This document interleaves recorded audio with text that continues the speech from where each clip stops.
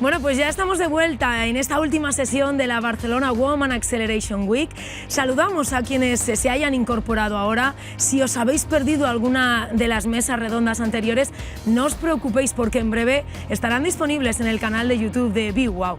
Decía al principio que Zona Franca de Barcelona demuestra las cosas con hechos y en su compromiso con la igualdad de género ha constituido el primer Consejo de la Mujer en el ámbito industrial. Apoyan la implantación de planes de igualdad en empresas, la conciliación en el mundo laboral. Precisamente de eso, de conciliación, hablamos en la segunda mesa redonda de la jornada.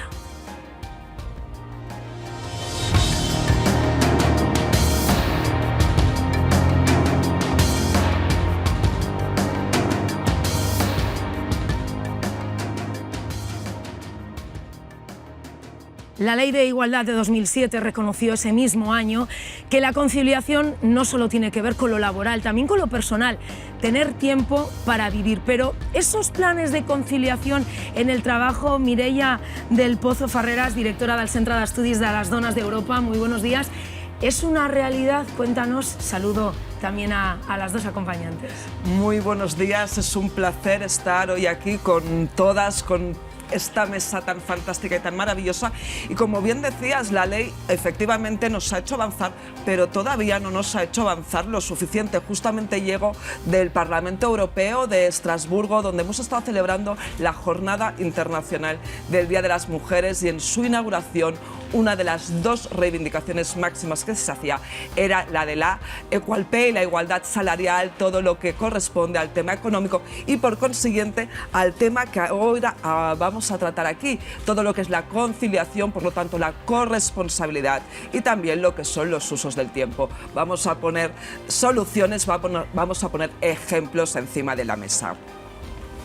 Pues si os parece, vamos a empezar ya a presentar las diferentes personas que participan hoy en esta mesa.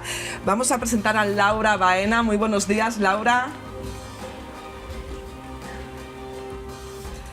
Laura Baena, ¿se la oye? Buenos días, ¿qué tal? ¿Cómo estáis? Encantada de estar aquí con vosotras. Muy bien, muy bienvenida, Laura. Laura Baena es la fundadora del Club Malas Madres.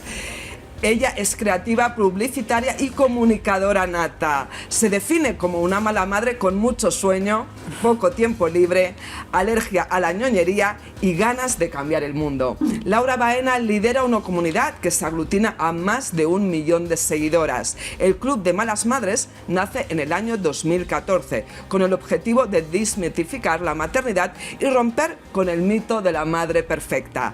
Laura Baena preside también la asociación Yo No Renuncio, que lucha por implantar medidas a favor de la conciliación. Laura, vamos a hablar contigo en muy breve para poner soluciones y seguir avanzando.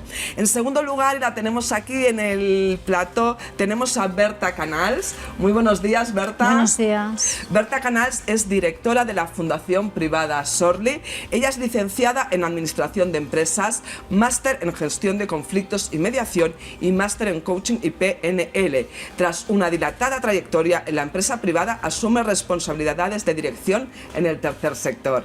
En él trabaja en temas de cooperación internacional, ayuda humanitaria, derechos humanos y, sobre todo, en cuestiones de género y usos de la violencia sexual como arma de guerra, un tema también que hemos estado tratando justamente ahora en la Jornada Internacional, en todo lo que es la inauguración, donde francamente tuve el placer de asistir como una de las mayores expertas de toda Europa, y es un tema, Laura, también que nos está afectando muchísimo, o sea que es un placer tenerte hoy aquí.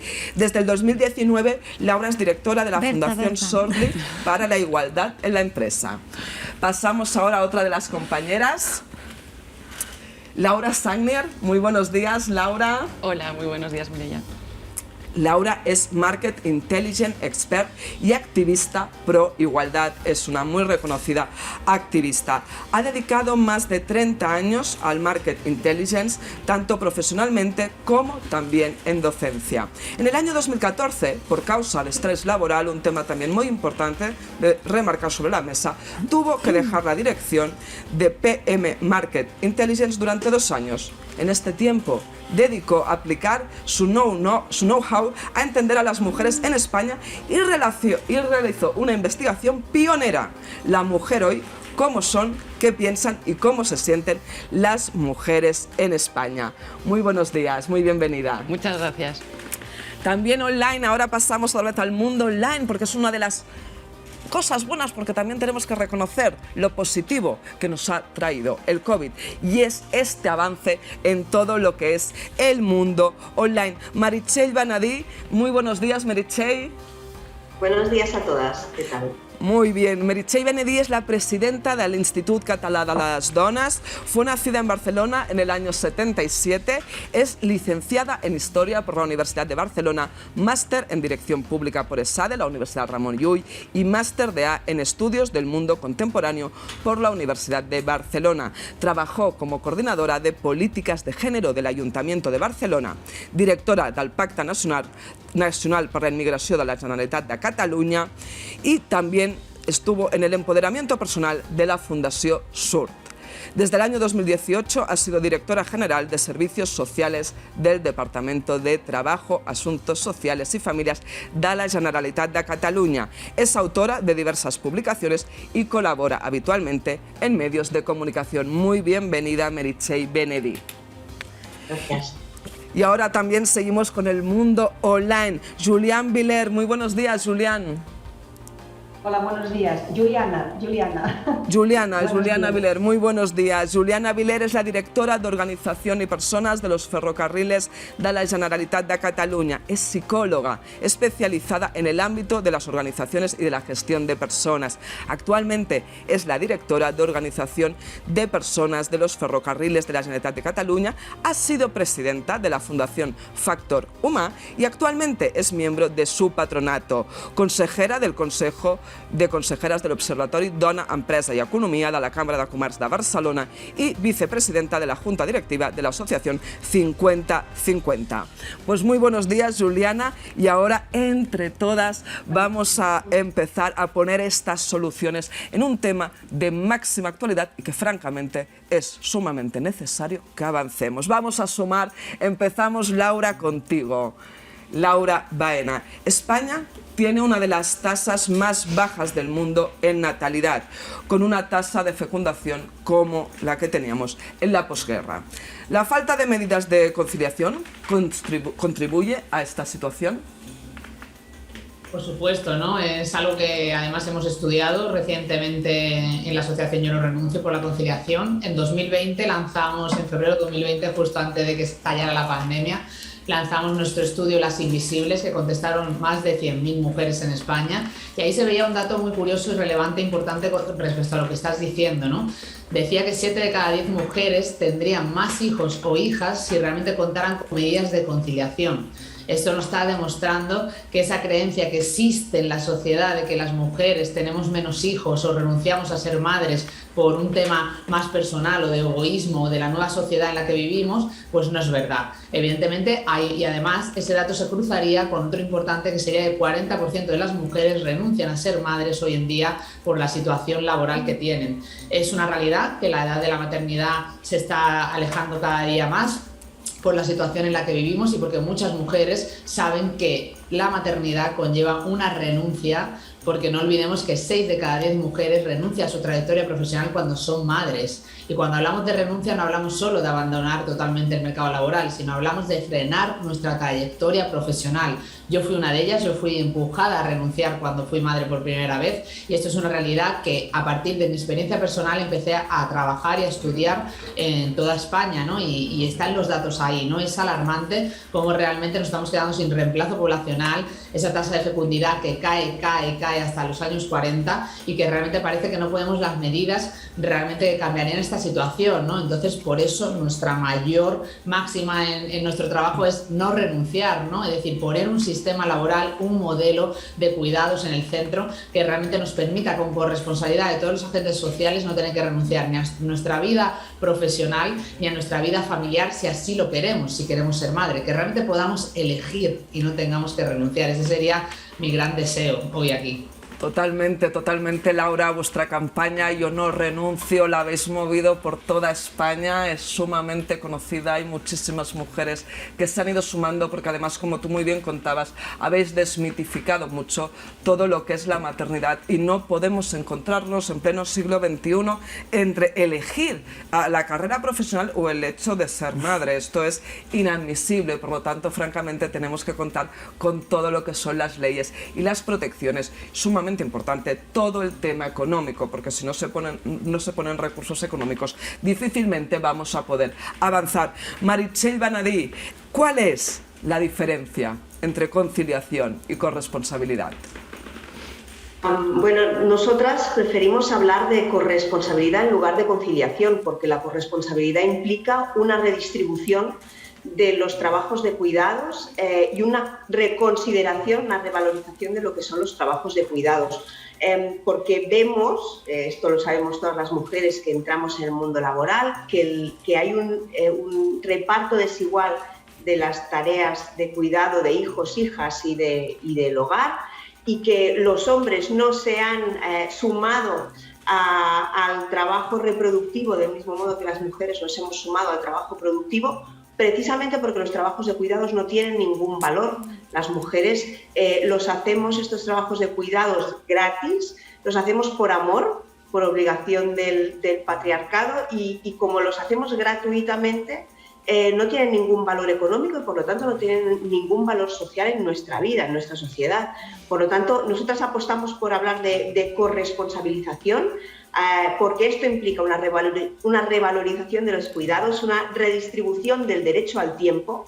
Las mujeres tenemos que tener derecho a tener tiempo para trabajar, para cuidar, para formarnos, para estar ociosas, ¿no? Y este derecho al tiempo es un privilegio que tienen los hombres en una sociedad patriarcal, que las mujeres no tenemos y por lo tanto necesitamos redistribuirlo y hablar de corresponsabilidad. Esta es una de las prioridades que tenemos en la Conselleria d'Igualtat i Feminismes de la Generalitat de Catalunya y apostamos por adoptar políticas públicas a nivel de la Generalitat y a nivel de los entes locales, los ayuntamientos y los consejos comarcales, para que todas las mujeres podamos tener derecho al tiempo.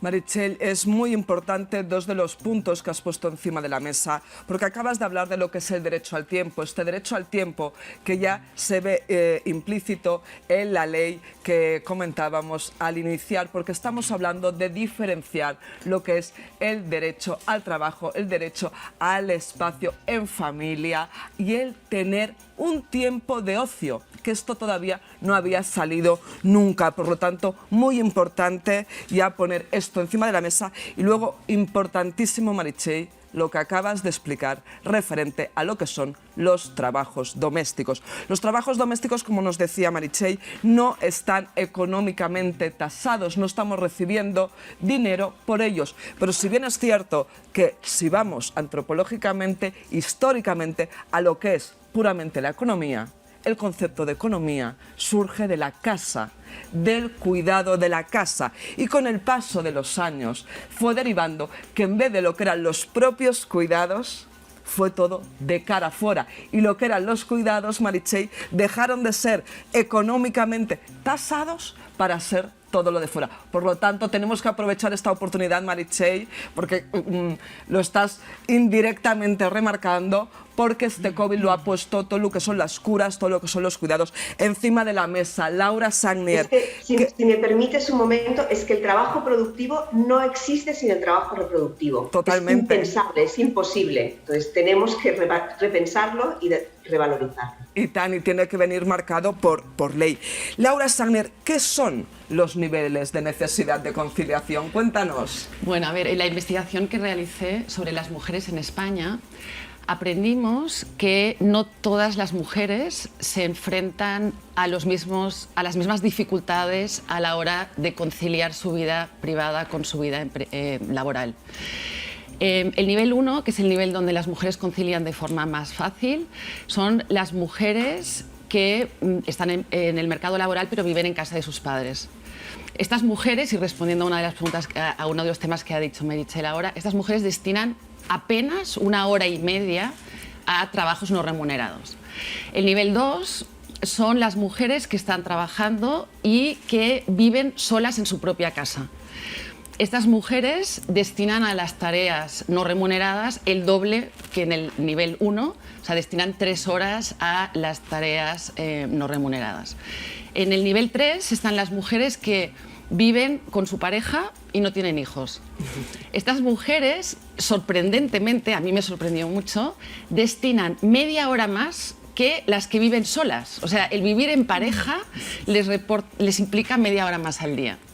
El nivel 4 son las mujeres que tienen hijos, pero todos ya tienen más de 18 años. Estas mujeres están destinando a las tareas no remuneradas de la casa y de los hijos 5 horas al día.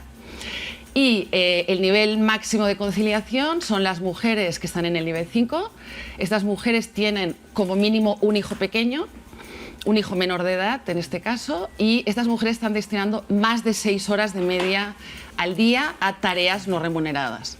Claro, en este nivel 5, ¿qué pasa? Que estas mujeres trabajan entre 7 y 8 horas y en función de si los hijos son pequeños o mayores, pues destinan 6, 7 horas a las tareas no remuneradas. Están realizando una doble jornada laboral.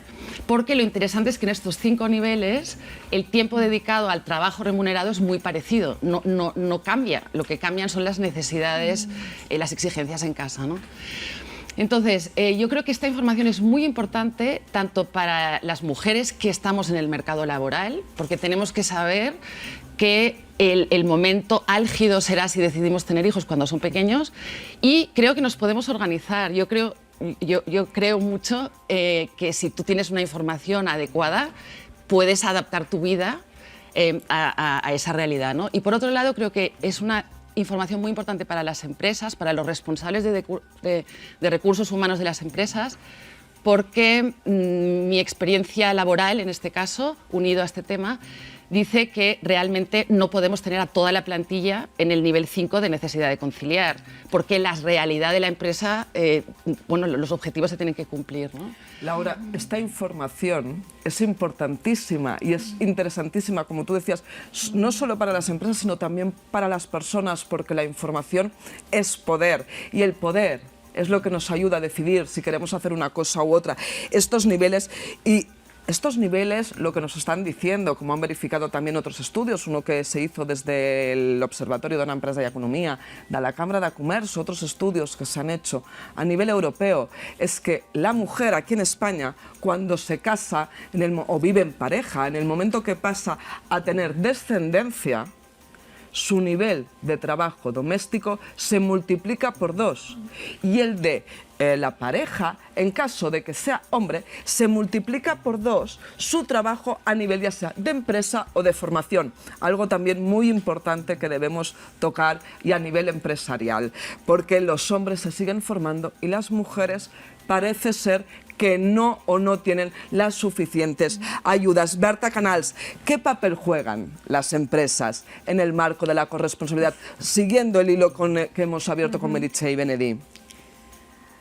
Uno fundamental, ¿no? Porque las empresas forman parte de este engranaje social que, por un lado, tiene efectivamente las administraciones públicas, que tienen un papel y tienen un deber, la sociedad, el sistema educativo, pero por otro lado están las empresas, que hasta este momento parece que es como si hubieran mirado hacia otro lado y hubieran pensado, bueno, a ver, solo hay 2 mujeres en esta empresa, pero da igual porque las cosas funcionan, ¿no?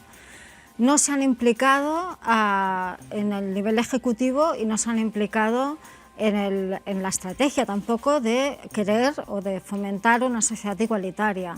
Y yo creo que ya ha llegado el momento de pedir a las empresas que recuperen esta responsabilidad, que se responsabilicen de fomentar, en la medida de lo que ellas puedan en su papel, pero fomentar a la corresponsabilidad. Y esto no es algo que se les puede exigir, que se les exige por ley hasta ahora, pero que parece que no se han querido enterar mucho. Pero y además tenemos algo muy importante en las empresas, que es todas las personas trabajadoras que están allí esperando a que se las pueda formar. Y para mí es una oportunidad poder formar a las empresas, a las personas que trabajan, hombres y mujeres, especialmente hombres, en hacer este paso que decía Meritxell, ¿no? En el paso al trabajo reproductivo, que no al productivo, que esto ya sabemos que sí lo quieren hacer. Absolutamente toda la razón, Berta. El momento es ahora. Es ahora. Las empresas, además, las empresas son motor de cambio, las empresas son un agente para realmente llevar a término y que lleguemos al buen camino. Y justo esta semana es cuando las empresas de más de 50 personas trabajadoras ya están obligadas por ley a hacer todo esto. Pero más allá de lo que obliga la ley, las empresas deben verlo como una oportunidad, no como una obligación o como una posible sanción, para nada. Es el momento de lograr que las personas trabajadoras se impliquen en el trabajo, porque es que de esta manera, haciendo todo esto, extendiéndolo, conseguimos que haya menos rotación, que las personas se nos queden, que estén a gusto. Por lo tanto, realmente es el más grande beneficio que existe. Está clarísimo, Berta. Juliana Viller, en la estrategia de ferrocarriles de la Generalitat de Cataluña leemos que conciliación es igual a corresponsabilidad. ¿Qué es lo que queréis decir exactamente con esto? Mira, primero hay que entender que la naturaleza de nuestra empresa es que prestamos un servicio de movilidad que se extiende los 365 días del año, las 24 horas del día. Y por otro lado, servicios de turismo en las estaciones de montaña, con una actividad muy estacional, con puntas de trabajo en verano y en invierno. Esto hace que el reto de la conciliación de las diferentes esferas de la vida de las personas que trabajan en ferrocarriles sea un reto aún mayor, si cabe, que en actividades que son quizá más coherentes o más armónicas con las actividades comerciales, de cuidado, de colegios, etcétera, etcétera. En este sentido, nosotros entendemos pues, que la conciliación se basa sobre todo en la corresponsabilidad, en la medida en que entendemos que la corresponsabilidad es el saber responder a los compromisos individuales que tenemos, especialmente con las personas con las que convivimos, sobre todo y especialmente con la atención a los y las menores y las personas dependientes, y el trabajo que desempeñamos cada uno de nosotros en la compañía. Esto supone que lo primero que hay que hacer es un pacto entre unos y otras para distribuir de una forma razonable los tiempos de trabajo, las jornadas laborales, los retos que a lo largo de la vida profesional van apareciendo, de promociones, de formación, de viajes, que no caiga siempre la renuncia en el mismo lado. En este sentido, intentamos promover mucho esta sensibilización en que la corresponsabilidad entre hombres y mujeres es fundamental y es donde se sustenta básicamente la capacidad de conciliar. Pero por otro lado, también predicamos la corresponsabilidad en estos compromisos mutuos que tenemos la empresa y también las personas que trabajamos en ella, ¿no? Estamos prestando un servicio, como he dicho, de movilidad, un servicio esencial a nuestra ciudadanía que se extiende todo el año, con lo cual aquí hay pues, una serie de renuncias que indiscutiblemente tenemos que hacer como personas que trabajamos en este marco, ¿no? Por otro lado, la empresa tiene el compromiso también con las personas que trabajamos aquí de favorecer al máximo la calidad de vida laboral, favoreciendo pues, una organización flexible del trabajo, medidas de flexibilidad, etcétera, etcétera. O sea, decía, en resumen sería, la conciliación por nuestra estrategia se basa en la corresponsabilidad a dos niveles. Primero, corresponsabilidad, el pacto entre mujeres y hombres en cómo distribuyen el tiempo de cuidado de la convivencia en su ámbito personal, y por otro, la corresponsabilidad entre empresa y personal a la hora de poder llevar a cabo este servicio tan exigente, de que en definitiva es prestar un servicio esencial, un derecho fundamental a la movilidad. Es muy importante, Juliana, este pacto que nos hablas, porque todas las personas tenemos que tener claro que se trata precisamente de un pacto entre unas y otros, de todas las personas, porque estamos hablando de auténtica democracia, estamos hablando de derechos humanos, por lo tanto es la única manera de pactar. Ellos son nuestros aliados, o vamos de la mano o no lo vamos a lograr. Venga, vamos a sumar. Y para seguir sumando, Meritxell Benedí, ¿cuál es el contexto actual respecto a la desigualdad de género a nivel laboral y la distribución no equitativa del trabajo de curas, que ya hemos empezado antes a introducirlo todo lo que son los cuidados. Sí, hemos empezado a dar datos antes, ¿no? Pero bueno, lo que sabemos es que, por ejemplo, nos encontramos con una segmentación, o lo que se conoce como la segmentación horizontal, es decir, la preferencia inconsciente de mujeres y hombres por determinados sectores de ocupación, ¿sí? Entonces según la EPA, la encuesta de población activa de Cataluña, tenemos que las mujeres están en un 34% de encargos de dirección y gerencia solo, y un 57% en profesiones vinculadas a lo científico, ¿no? Las profesiones científicas y las intelectuales. Y si vemos las ocupaciones, tenemos que las mujeres estamos en sanidad y servicios sociales en un 16%, en un 11,7% en pequeño comercio y en un 11% en educación. Es decir, esas profesiones vinculadas a los cuidados y poco en cargos directivos. En cambio, los hombres están ocupados en un 10%, por ejemplo, en sectores como la construcción y en un 8% en transporte y logística, ¿no? Lo que nos conduce a este sesgo inconsciente a la hora de escoger profesiones. La brecha salarial en Cataluña ahora es de un 20%. Es decir, si vemos en todas las profesiones el sueldo bruto anual, las mujeres estamos cobrando casi un 6.000 euros menos que los hombres en cualquier profesión. Y si vemos los cargos directivos, ¿sí? En las empresas, en pequeñas y medianas empresas tenemos que casi el 40% de mujeres, tenemos un 40% de las pymes que tienen más de un 40% de mujeres en cargos directivos, pero en cambio si vamos a las empresas catalanas obligadas a presentar cuentas, balances de pérdidas y ganancias, solo el 12% de estas empresas tienen más del 40% de las mujeres en el Consejo de Administración.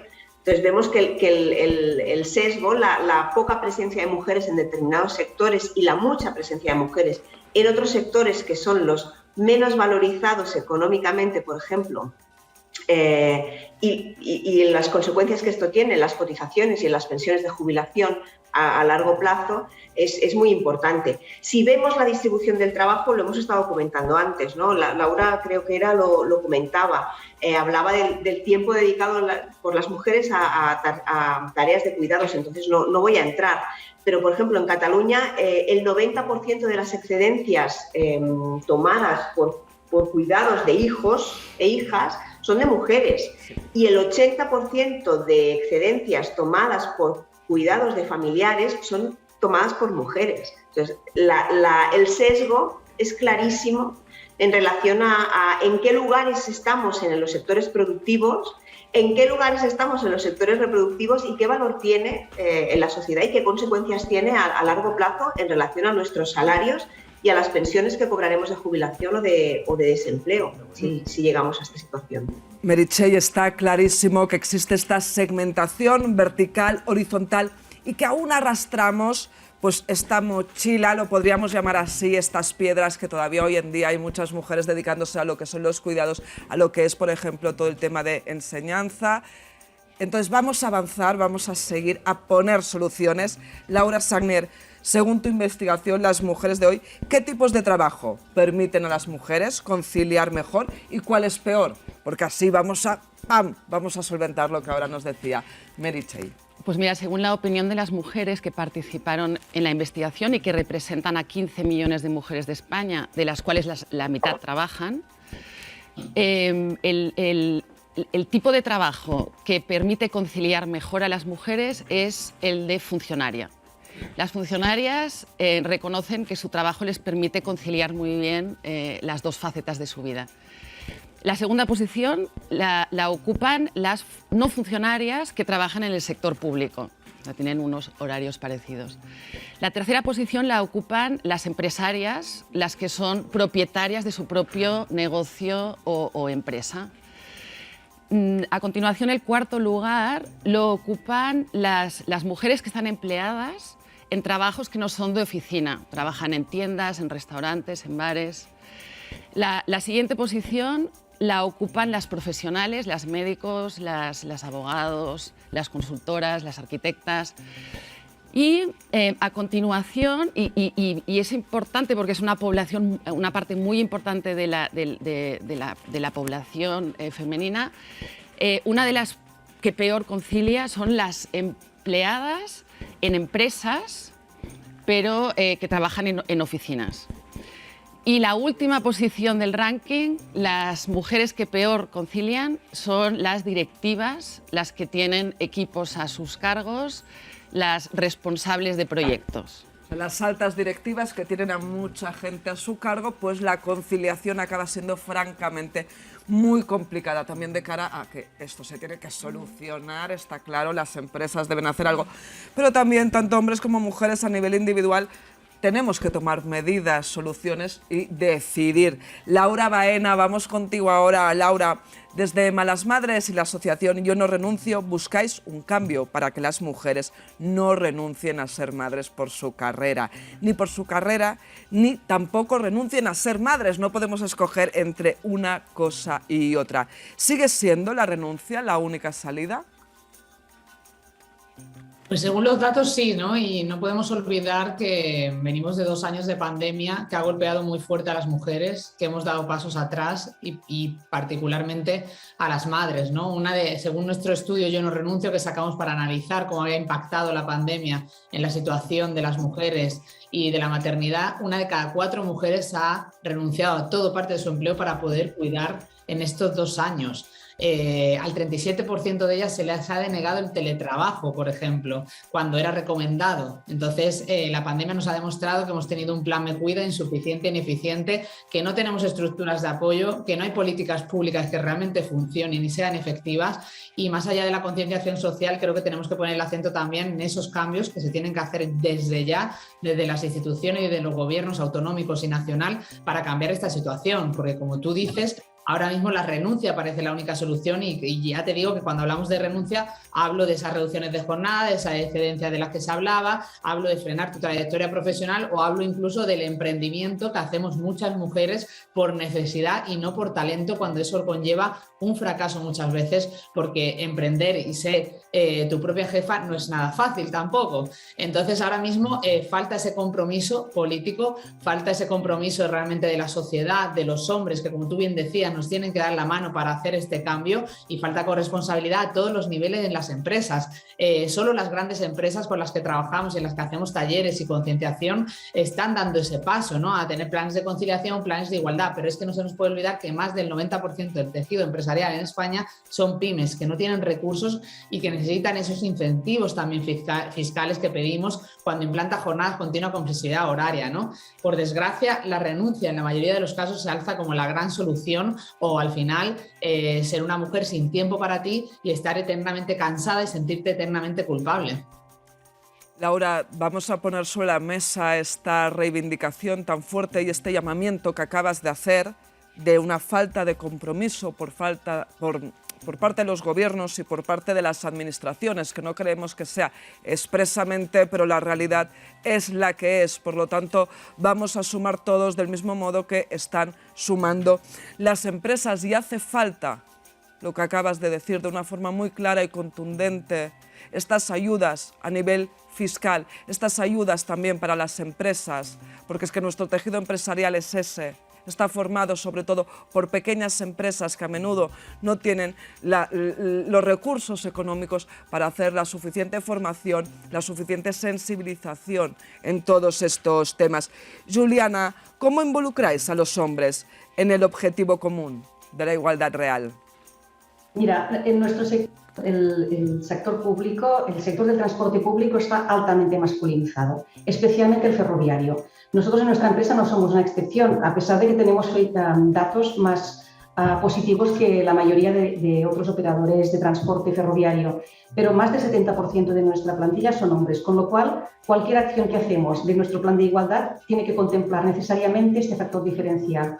E interpelamos siempre en cualquier acción a los hombres de una forma especial.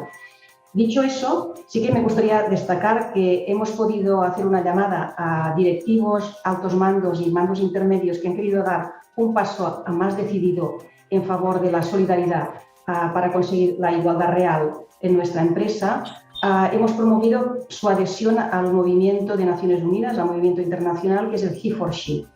Organizamos una jornada donde se formalizó esta adhesión y donde estos hombres, más de 50 hombres de la compañía, reflexionaron conjuntamente junto con un consultor hombre especializado en la materia sobre masculinidades tóxicas, sobre nuevas masculinidades, sobre qué significa ser hombre, qué tipo de relaciones tengo con mis compañeras mujeres y cómo puedo ayudar o cómo puedo contribuir, ¿no?, a que esta igualdad sea una realidad en nuestra empresa y en nuestra vida en general, ¿no?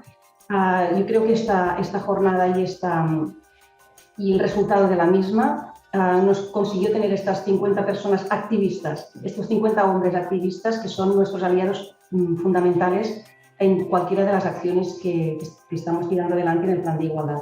Juliana, tener a 50 hombres realmente activistas es una maravilla. O sea, aquí felicitaciones porque en plató la gente está sonriendo, está feliz.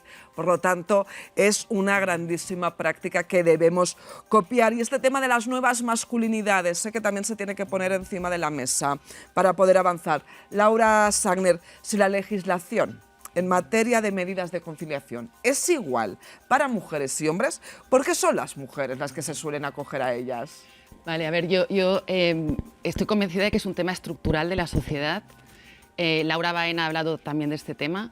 Resulta que en el nivel 5 de conciliación del que hemos hablado antes, las mujeres al principio lo aguantan, pero llega un punto en que es inaguantable, estamos agotadas. En mi caso, yo experimenté esto, ¿no? Tuve un episodio de burnout y tuve que dejar de trabajar. Bueno, entonces, ¿qué pasa? Que en el momento en el que la familia, el padre y la madre deciden que quién va a ser el que toma esto por la mano para resolverlo, son muchas mujeres las que están cobrando menos que sus parejas.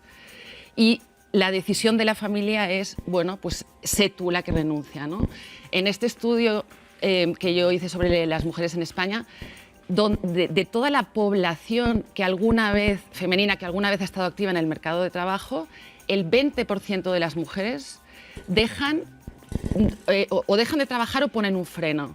Entonces, un llamamiento que creo que es importante que hagamos es que este 20% aumenta al 36% entre las mujeres que dejaron de estudiar en primaria o en secundaria. Y esto demuestra que hay muchísima relación con el poder económico. Y yo lo que hago es un llamamiento a las mujeres a que no dejen de trabajar. O sea, dejar de trabajar implica, por un lado, en el ámbito personal, que tu pareja va a tener el poder y la libertad. Y esto como mujeres solo nos hace que vayamos para atrás. Entonces es 1000 veces mejor que el dinero que yo gano lo utilice para canguros y para guarderías, pero que mantenga el nivel de poder con mi pareja. Sí, señora Laura, realmente la libertad y el poder decidir y hacer lo que consideremos como personas pasa por tener la libertad y la independencia económica. Es que no hay otra. Berta, ¿las medidas de conciliación aplicadas hasta ahora en las empresas han tenido el efecto esperado cuando se promovieron? No. Está claro que no. No. Está claro que no. Bueno, lo estabais hablando en muchas ocasiones, ¿no? Desde el 2007 existe una ley a favor de la igualdad de oportunidades entre los hombres y las mujeres.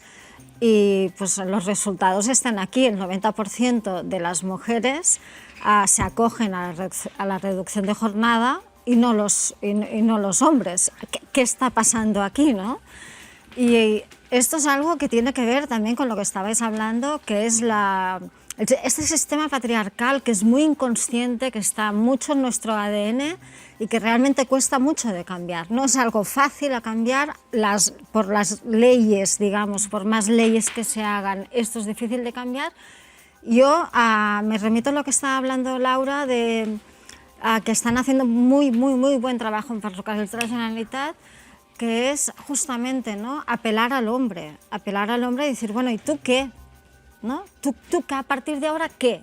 Porque socialmente está, digamos, muy bien visto que el hombre mantenga su puesto de trabajo, que está asociado al poder, está asociado al dinero, a la manutención, bla, bla, bla, bla.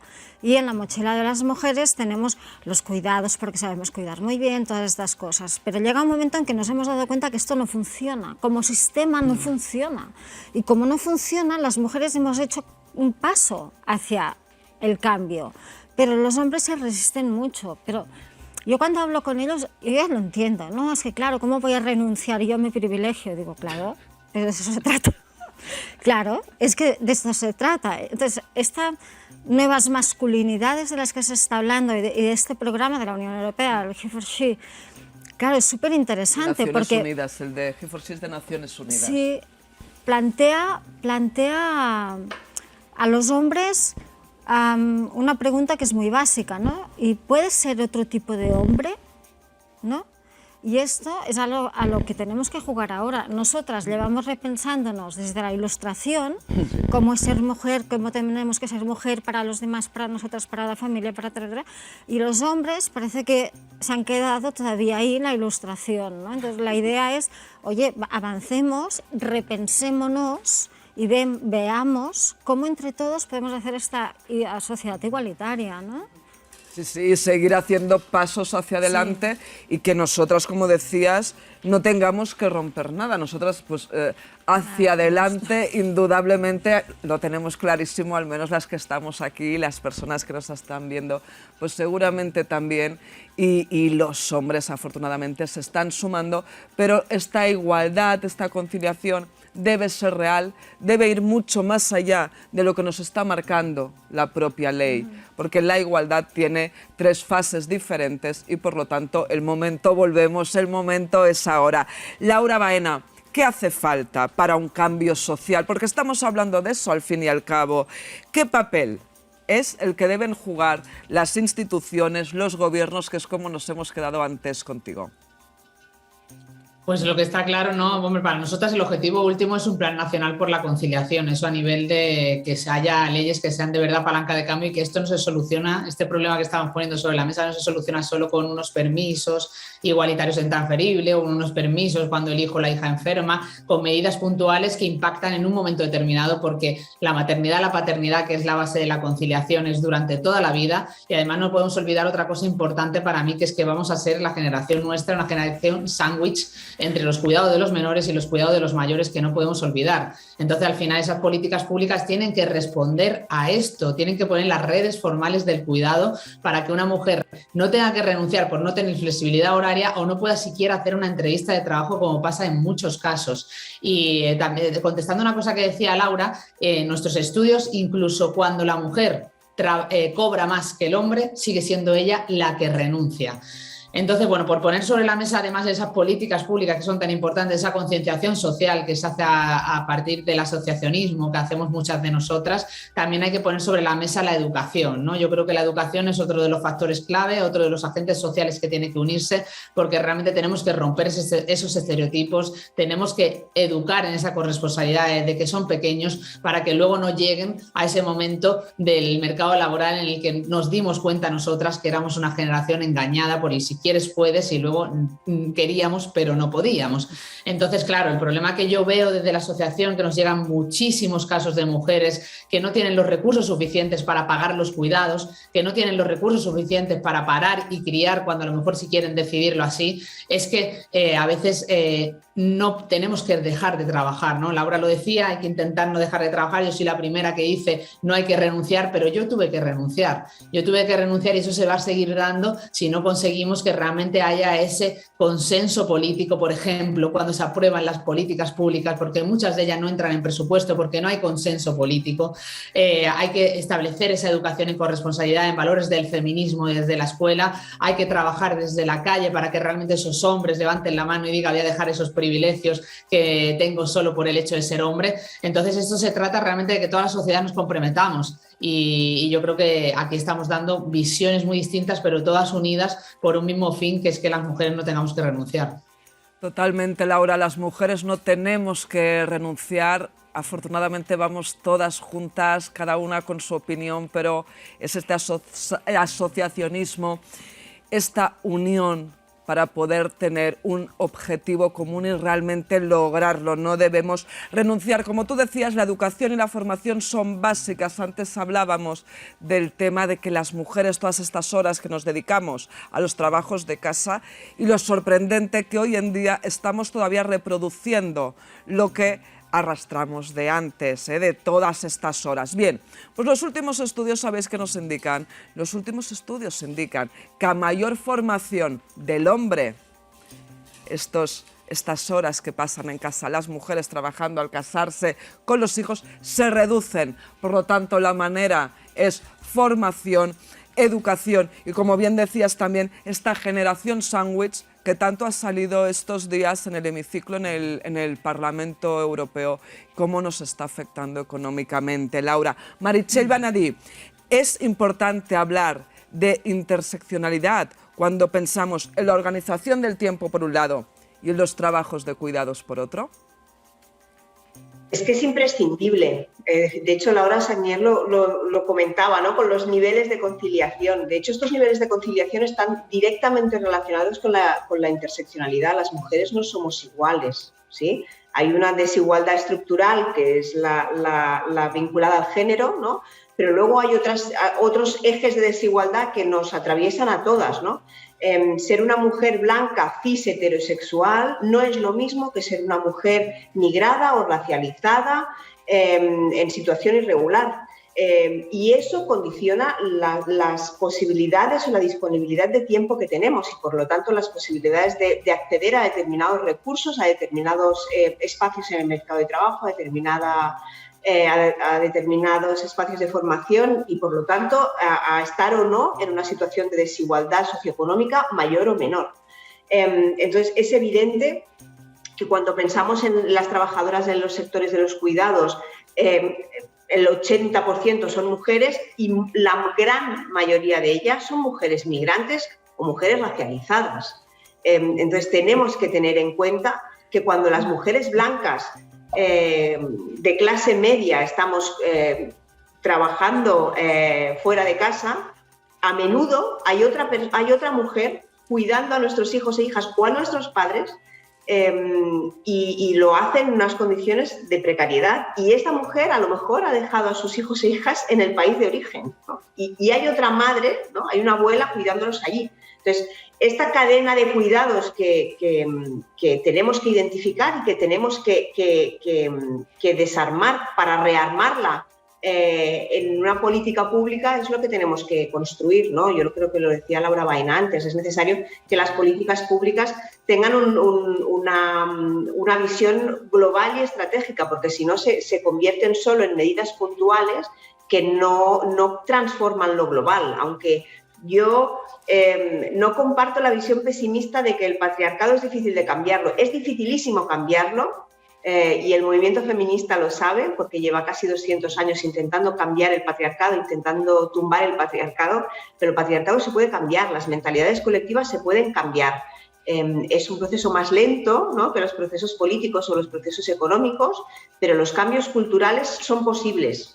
Y por eso no tenemos que dejar de apretar todas, desde el movimiento feminista, desde las instituciones, desde los medios de comunicación, desde el sector público, el sector privado, etc. Vamos a seguir apretando todos y todas juntas, está clarísimo, Meritxell. Laura Baena, para acabar de forma muy rápida, uno de los temas principales que ha puesto la pandemia encima de la mesa es toda la afectación a la salud mental. Hemos de hablarlo.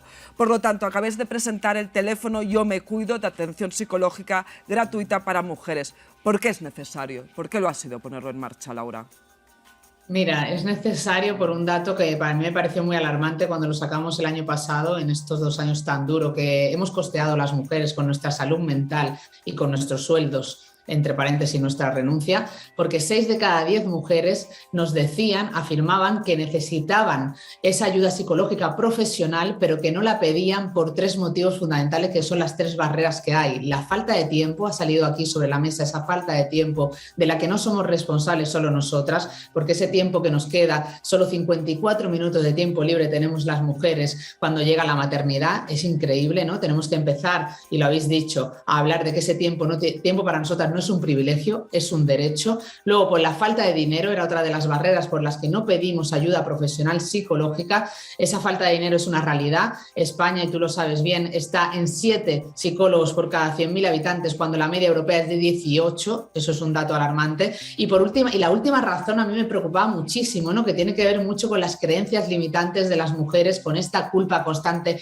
que nos aprisiona muchas veces hasta nuestra manera de actuar profesional y personalmente, que es la vergüenza que le da pedir ayuda. Entonces nosotros queríamos romper de la asociación esas barreras con un teléfono gratuito que está disponible 24 horas en yomecuido.es, que te agradezco infinito que lo pongas sobre la mesa, porque el objetivo es ayudar cuantas más mujeres mejor, y que yo creo que va a romper esas barreras realmente, ¿no? Porque vas a tener al otro lado a una mujer, a un equipo de psicólogas de media 42 años profesionales que te va a entender y que te va a ayudar a enfrentarte a situaciones muy graves que están viviendo las mujeres en silencio, invisibilizadas y encima sintiéndose culpables. Muchísimas gracias, Laura, es una maravilla. Formo parte del patronato del Teléfono de la Esperanza. Nos vimos en la obligación los patronos de abrir el teléfono del suicidio con todo el tema de la conciliación, y realmente nos hemos encontrado con esta situación que comentas con las mujeres. Por lo tanto, vamos a sumar fuerzas en esto, en todo, todas las personas juntas, porque es francamente la manera de avanzar. Bueno, de nuevo, qué interesante esa mesa redonda. Decimos siempre que una imagen vale más que 1000 palabras, pero yo creo que también los datos, ¿no?, valen más que 1000 palabras. Y aquí han salido algunos pues un tanto alarmantes. 7 de cada 10 mujeres tendrían más hijos si no fuera porque no tienen tantas medidas de conciliación. Otro más, el 40% de las mujeres renuncia a ser madre porque no existen estas medidas de conciliación o por esa situación laboral. Qué importante, ¿no?, poner sobre la mesa estos planes de conciliación, estos planes de corresponsabilidad, y qué importancia tiene también el papel que juegan las empresas. De hecho, a través de nuestro hashtag BWAW2022 hay mucha gente que está comentando precisamente la importancia que tiene esto. Soluciones sobre la mesa, decíais, ahora parece que es la renuncia, ¿no?, la única solución. No nos tenemos que quedar con esto, hay que buscar más soluciones, porque estas mujeres no pueden renunciar. Y Mireia, me ha llamado mucho la atención cuando las presentabas, ese currículum tan extenso que tienen. No pueden renunciar. Necesitamos a estas 5 mujeres, 2 presenciales, 3 vía telemática, las necesitamos en nuestra sociedad, a ellas y a todas, con lo cual hay que impulsar estos planes de conciliación, de igualdad. Las empresas, ahora hablabais de ello, ¿no?, de esos planes de igualdad que todas aquellas empresas con más de 50 trabajadores están obligados a implantar, porque está demostrado, una empresa con planes de igualdad, corregidme, es mucho más productiva. Muchísimo más productiva, hay mucha menos rotación en lo que es el personal. Luego también a nivel de salud mental, la gente se siente mucho más tranquila, mucho más comprometida. Los beneficios de la empresa suben económicamente mucho, no nos engañemos. La empresa, ¿qué es lo que quiere? La empresa quiere ganar. Luego hay un tema también con el talento. Las personas no se te marchan. Claro, las personas quieren seguir trabajando en una empresa donde se hacen bien todos los temas, donde hay transparencia. Y luego todo lo que es el talento de las personas jóvenes. Las personas jóvenes, las prioridades han cambiado, y una de ellas es transparencia, todo lo que son los ODS, los Objetivos de Desenvolupament Sostenible. Entonces, todas estas personas, ¿dónde van a ir? Van a ir a aquellas empresas donde se hagan las cosas bien hechas. Por lo tanto, todo sube para arriba. El camino es ese, está clarísimo. Estamos en ese camino. Muchísimas gracias a las 6 por estar aquí en este plató de Radio Televisión Española de Torre España, también las que nos acompañan online. Hay que seguir apostando por esos planes de igualdad, por esos planes de conciliación, y también hay que seguir apostando porque las mujeres ocupen cargos directivos en las empresas. De ello hablamos en apenas unos minutos aquí en la segunda edición de la Barcelona Women Acceleration Week. Hablaremos del papel de las mujeres en puestos directivos en el sector energético. No se lo pierdan.